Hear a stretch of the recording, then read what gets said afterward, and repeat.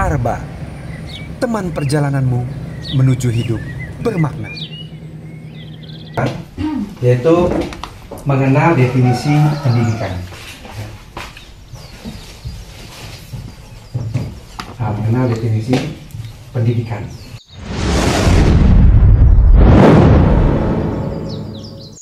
Ya, karena ternyata salah satu tugas utama kita adalah mendidik. Ya, jadi mendidik bukan hanya tugas guru, bukan hanya ustadz, ya, bukan hanya dosen, ya, tapi justru pendidikan pertama ternyata adalah dari keluarga.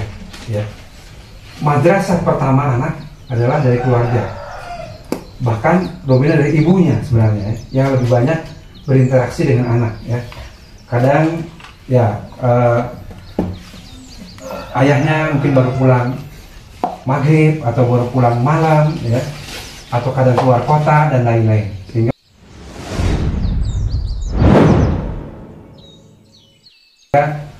yang banyak berhubungan dengan anak adalah ibunya dalam hal ini. Nah, karena itu pendidikan ini, ya, atau makna pendidikan ini perlu dipahami oleh baik ayah maupun ibu, gitu ya, ayah atau bunda, ya. Nah, ada banyak definisi pendidikan, ya. Definisi pendidikan ada banyak, ya. Sebenarnya tinggal googling juga sudah ada dan lain-lain. Tapi bagaimana kemudian kita menghayati dan mengaplikasikannya, ya. Menghayati dan mengaplikasikannya. Nah, oleh karena itu kita coba lihat salah satu definisi pendidikan, ya, yang ya saya sendiri juga banyak belajar dari ustadz-ustadz dari pesantren anak, ya, khususnya Ustadz Beni, ya, kemudian Ustadz Hafiz dan lain-lain juga mengambil ilmu dari para beliau yang mudah-mudahan ini bisa terus disebarkan menjadi manfaat yang lebih luas. Nah, salah satunya adalah dari Imam Al-Baidawi, yaitu Tablighus Syai' ila kamalihi syai'an fasai'an. Definisi pendidikan, ya. Banyak orang tua tahu menjadi orang tua itu penting, tahu menjadi orang tua itu harus ngajarin anaknya dan lain-lain. Tapi definisi pendidikan, ya, sebagai aktivitas utama orang tua belum dipelajari, kan begitu, ya. Maka kita coba bedah, ya, definisi pendidikan ini, ya. Tablighus Syai' ila kamalihi syai'an fasai'an. Menyampaikan, tabligh menyampaikan atau menghantarkan sesuatu dalam hal ini peserta didik, ya, kepada kesempurnaannya, ya, kepada kesempurnaannya, ya. Karena jika diibaratkan, ya, anak lahir baru sebagai benih, ya, baru sebagai benih, maka perlu dihantarkan menuju kesempurnaannya. Kalau benih ini seperti pohon, ya, maka dihantarkan tumbuh menjadi pohon yang rindang, yang kuat, daunnya banyak, buahnya banyak dan lain-lain, ya. Lalu setahap demi setahap, ya. Jadi pendidikan, ya, menghantarkan peserta didik atau putra-putri anak-anak kita, ya, menuju kesempurnaannya. Ya, tentu kesempurnaan di sini kesempurnaan yang terbatas atau nisbi bahasanya. Karena kesempurnaan yang sempurna tentunya hanya milik Allah Subhanahu wa taala, ya. Kita sampaikan setahap demi setahap. Artinya apa? Orang tua juga perlu belajar tahap-tahap perkembangan anak, ya. Tahap-tahap perkembangan anak, insya Allah nanti pada pertemuan-pertemuan selanjutnya, ya. Yang ini sudah banyak dikupas oleh para ulama dan juga para ilmuwan hari ini. Kemudian setahap demi setahap, ya. Ini juga kadang-kadang masih sering salah kaprah, ya. Banyak orang tua yang terlalu ingin anaknya sedini mungkin udah pintar, sekecil mungkin udah pintar dan soleh dan lain-lain, sehingga ketika masih waktunya bermain, misalnya, ya, waktunya bermain sudah diberikan pelajaran atau pembelajaran yang di luar umurnya, ya. Sehingga alih-alih dia menjadi semakin pintar, malah benci belajar ke depannya, gitu kira-kira, ya. Jadi karena belum sesuai umurnya. Maka tahapan-tahapannya nanti juga akan kita bahas. Nah, artinya dari satu definisi tadi aja, sudah ada beberapa hal penting yang perlu kita perhatikan. Dan mendidik ini, ya,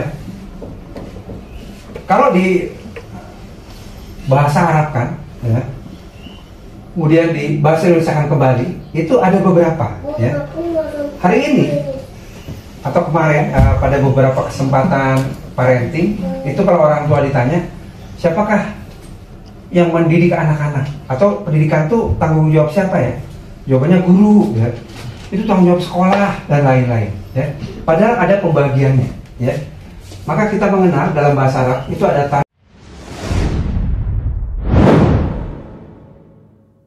tabiah, nah, ada tabiah, ada takdib, ya, dan juga ada taklim. Nah, jadi ada 3, kan begitu ya.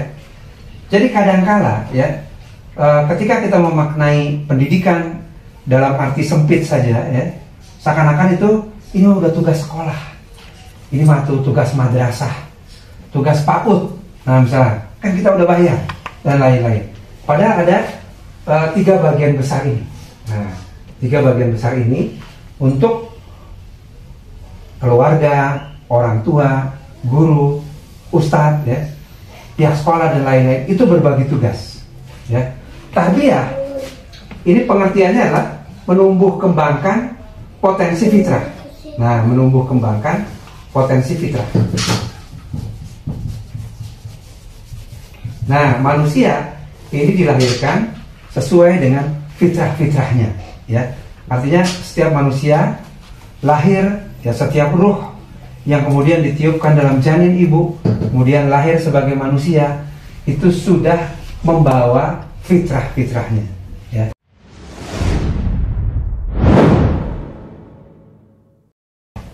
Nanti kita bahas, ya. Sudah lahir membawa fitrah-fitrahnya.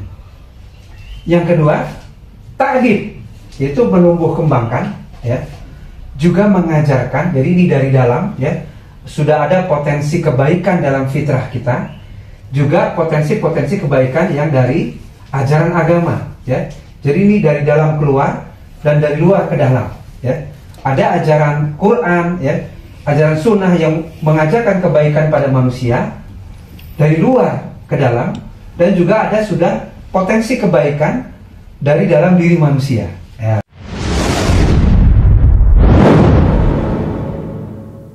Jadi ini menggabungkan dari luar ke dalam dan dari dalam keluar, ya. Ta'dib, membangun moral, ya, membangun adab, ya, membangun akhlak di sini. Nah, bagian ini, maka ini bagi 2, tanggung jawab orang tua sebagian dan juga tanggung jawab pihak sekolah sebagian, ya. Jadi sekolah hadir, ya, bukan hanya untuk memberikan wawasan ilmu pengetahuan, ya, namun juga memberikan penguatan ajaran-ajaran agama tentang adab, akhlak dan moral ini.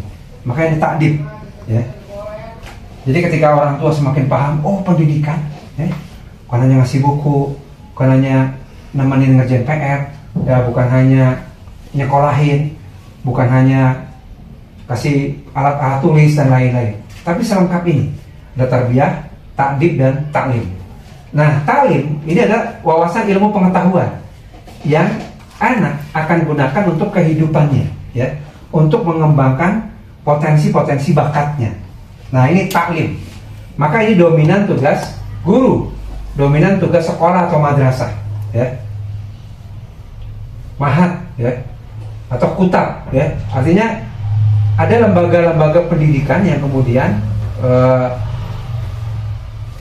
punya tanggung jawab atau berbagi tanggung jawab untuk pemahaman dasar ilmu pengetahuan kepada anak. Nah, maka orang tua dominannya di mana? Dominannya adalah di tarbiyah. Nah, ya, menumbuh kembangkan potensi fitrah, karena setiap anak lahir sudah dengan fitrahnya, ya, sudah dengan fitrah-fitrahnya, ya. Nanti kita bahas ada beberapa dimensi fitrah yang sudah dikembangkan oleh para ilmuwan muslim, ya. Baik, jadi ini pendidikan, ya. Jadi maka pendidikan tadi adalah tabligh usai ila kamalihi syai'an fasai'an, ya. Menyampaikan dan mengantarkan sesuatu pada kesempurnaannya, ya. Pada kesempurnaannya. Beberapa anak ketika diibaratkan benih pohon, ya, ada yang kemudian pohonnya tumbuhnya hanya kecil saja, ya.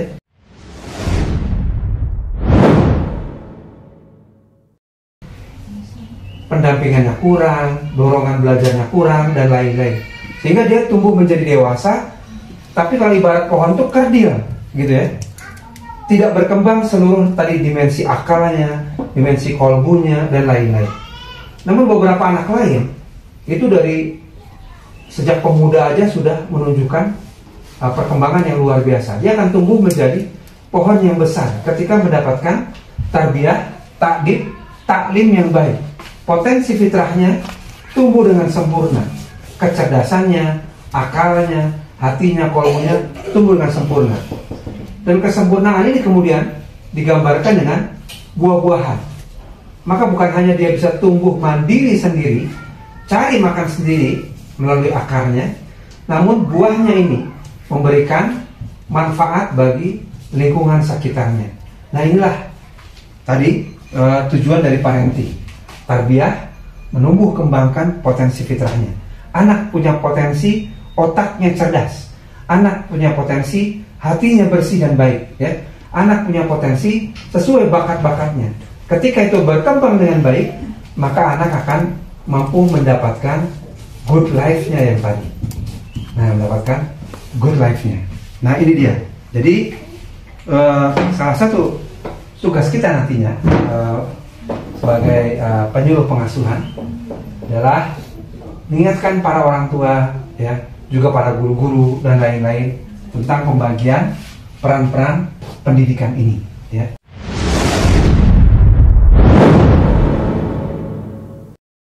Maka peran tarbiyah adalah menumbuh kembangkan potensi fitrahnya, memberikan kesempatan bagi anak untuk mencoba ini, mencoba itu, dan lain-lain, sehingga kecerdasan utamanya atau bakat utamanya itu bisa berkembang dengan baik. Nah, lalu apa saja fitrah manusia ini, ya? Nanti kita coba bahas satu persatu, ya. Artinya manusia lahir, ya, sesuai fitrahnya sebagai manusia. Ya, maaf, manusia tidak lahir benihnya benih tumbuhan, bukan. Manusia tidak lahir benihnya benih hewan, bukan. Tapi benih manusia dengan segala kemanusiaannya, dengan segala karakteristik yang ada pada dirinya. Nah, ya. Anak lahir pertama dengan fitrah keimanan. Nah, dengan fitrah keimanan, ya. Tadi kita lihat perjalanan manusia dalam ruh, ya. Ketika masih dalam ruh, masih dalam rahim, manusia sudah berdialog dengan penciptanya, dengan rohnya. Allah Subhanahu wa Ta'ala menyapa ruh-ruh ciptaannya dan mengajak mereka bersaksi bahwa Allah adalah Rob yang menciptakan, ya. Alastu birabbikum, bukankah aku ini Robmu? Maka para ruh tersebut sudah bisa menjawab bala syahidna, ya, kami bersaksi. Artinya setiap ruh sebelum ditiupkan ke dalam jasad manusia itu sudah beriman, ya, sudah mengimani bahwa Allah Subhanahu wa Ta'ala adalah penciptanya, adalah Robnya, gitu kira-kira, ya. Nah, sehingga dalam hal ini, ya, tugas orang tua kemudian menumbuh kembangkan keimanannya ini agar semakin berjalan, ya, semakin tumbuh, semakin besar anak, keimanan yang sudah ada tadi menjadi semakin kuat, ya. Banyak para penelitian para ilmuwan, kalau anak, ya, kalau anak itu lahir, misalnya lahir di hutan, ya, tidak bersama orang tuanya, lahir di gurun pasir, lahir di kutub, ya, nggak ada manusia lain dan lain-lain, dia tetap menjadi anak yang beriman kepada penciptanya, ya. Seorang antropolog itu mengkaji berbagai suku-suku di dunia. Ada suku yang punya sekolah, ada yang enggak. Ada suku yang punya pasar, ada yang enggak. Ada suku yang punya perwakilan masyarakat, ada yang enggak. Tapi tidak ada satu suku pun yang tidak memiliki tempat ibadah. Artinya manusia secara fitrah dia beribadah kepada penciptanya. Ya.